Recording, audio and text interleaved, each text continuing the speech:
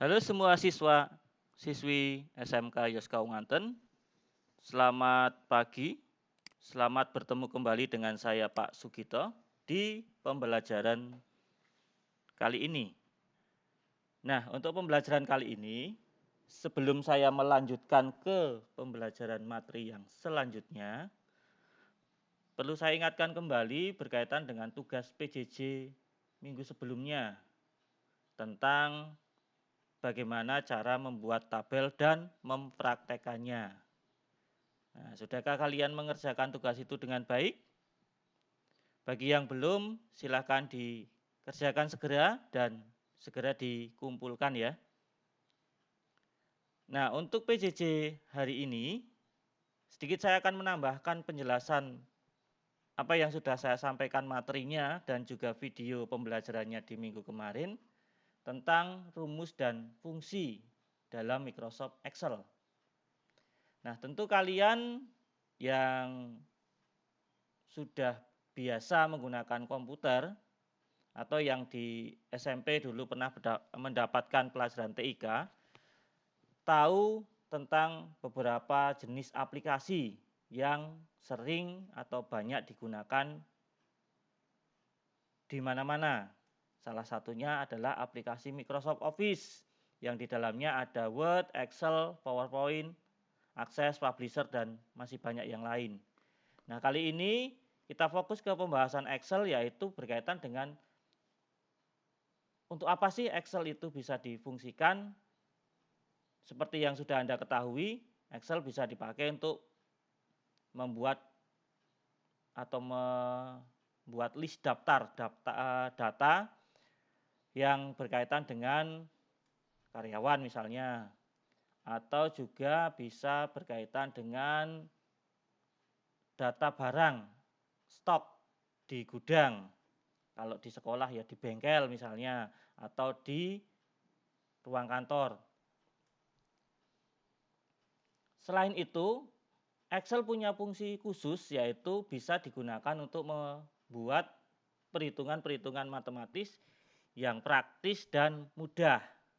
Tanpa menghitung secara manual, kita bisa mendapatkan hasil tepat sesuai dengan yang diinginkan dengan memanfaatkan rumus. Nah, rumus ini berkaitan dengan rumus matematika. Nanti kalau Anda lihat ada rumus menjumlah menggunakan tanda plus, mengurang menggunakan tanda minus, mengali menggunakan tanda asterik, membagi menggunakan tanda slash atau tanda solidus, dan memangkatkan itu menggunakan tanda circumflex. Bagaimana penggunaannya? Nah, saat digunakan, rumus-rumus tadi dituliskan dalam sel Microsoft Excel yang terdapat data yang di situ bisa dihitung, diawali dengan tanda sama dengan. Nah, ini mutlak atau wajib ditulis terlebih dahulu tanda sama dengannya. Karena tanpa tanda sama dengan berarti Excel tidak akan mengeksekusi dan menganggap itu perintah untuk menghitung. Selain itu, ada fungsi. Nah, kalau fungsi ini bedanya dengan rumus apa? Kalau fungsi ini yang digunakan di dalamnya adalah beberapa instruksi perintah yang sudah dibakukan, dibuat. Misalnya, di sini ada kelompok fungsi matematika dan trigonometri yang di dalamnya ada fungsi sum, sum if, product, round, kemudian ada integer dan juga yang lainnya. Dan masih ada fungsi yang lain, fungsi statistik yang di dalamnya ada fungsi average, count atau konta, kemudian ada countif, max, median, min, dan juga rank. Fungsi untuk jenis data yang bertipe teks ada fungsi left, mid, right, length, lower, upper, proper, dan beberapa fungsi-fungsi lainnya lagi. Ada juga fungsi logika if ini juga ada if yang dikombinasikan dengan and, or, ataupun not. Ada fungsi lookup dan referensi. Nah, fungsinya adahlookup, vlookup, dan lain sebagainya. Nah, kalau saya langsung tunjukkan ke kalian di Microsoft Excel, beberapa fungsi yang tersedia di Excel itu ada di tab formula. Di situ ada kelompok auto sum, ya, yang terdiri dari average, count, max, min, dan yang lainnya. Ada fungsi finansial. Nah, ini teman-teman yang dari akuntansi biasa menggunakan fungsi-fungsi ini untuk perhitungan, misalnya mencari atau menghitung nilai penyusutan suatu barang atau nilai suatu barang. Dan yang lainnya ada logika, teks, date and time, lookup and reference, ya, match and trigonometry, dan more function, itu ada fungsi statistik, engineering, dan lain sebagainya.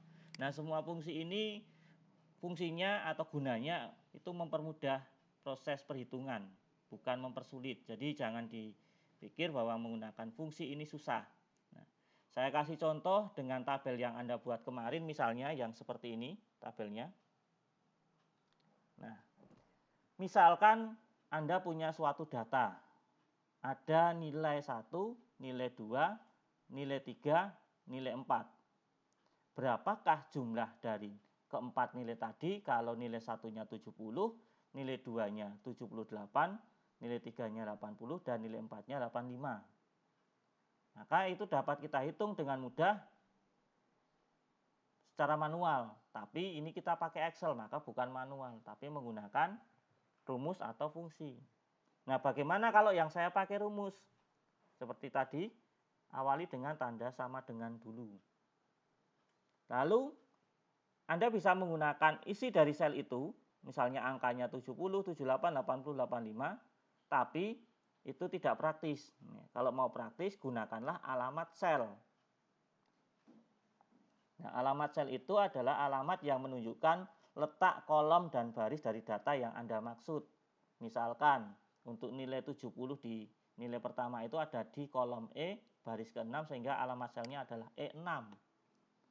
Ditambahkan dengan sel yang lain, misalnya F6, tambahkan lagi dengan G6, tambahkan lagi dengan H6.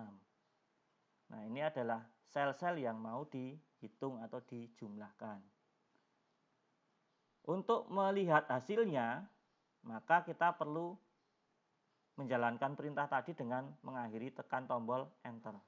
Lihat hasilnya. Dan Anda bisa membandingkan kalau Anda hitung manual, apakah benar 70 tambah 78 tambah 80 tambah 85 nilainya adalah 313. Nah, mungkin ada yang bertanya, kok pakai rumus panjang? Ya, seperti itu, adakah cara lain? Oh, ada. Kita bisa pakai fungsi. Nah, fungsi ini kalau menjumlah adalah fungsi sum. Ya, tulisannya SUM. Nah, bagaimana menggunakannya? Maka menggunakannya juga sama langkahnya. Mulailah dengan sama dengan, saya gunakan sel yang sama untuk menghitung ya. Diingat nilainya 313, apakah nanti sama? Sama dengan SUM. SUM ini diketik boleh huruf kecil, boleh huruf kapital, tidak jadi masalah. Kemudian number 1 ini diisi dengan alamat sel nilai yang pertama.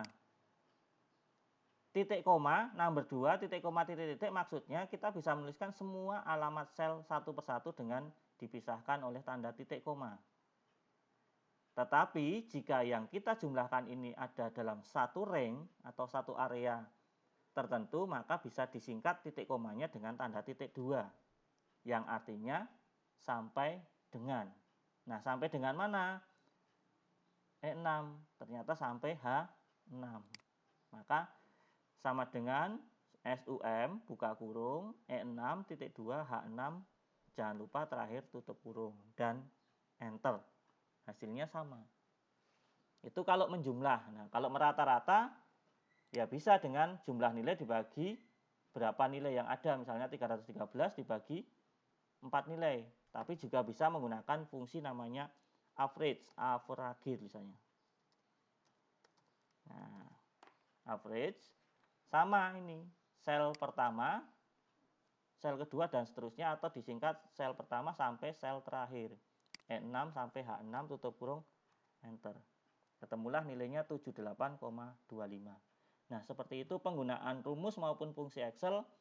Mudah-mudahan menambah gambaran ke kalian dan bisa kalian coba praktekkan sendiri di rumah dengan tabel yang sudah Anda buat kemarin. Kalau ada kesulitan nanti bisa dikomunikasikan atau ditanyakan ke saya lewat WA group yang sudah saya sediakan atau secara Wapri juga boleh. Terima kasih dan selamat melanjutkan belajarnya.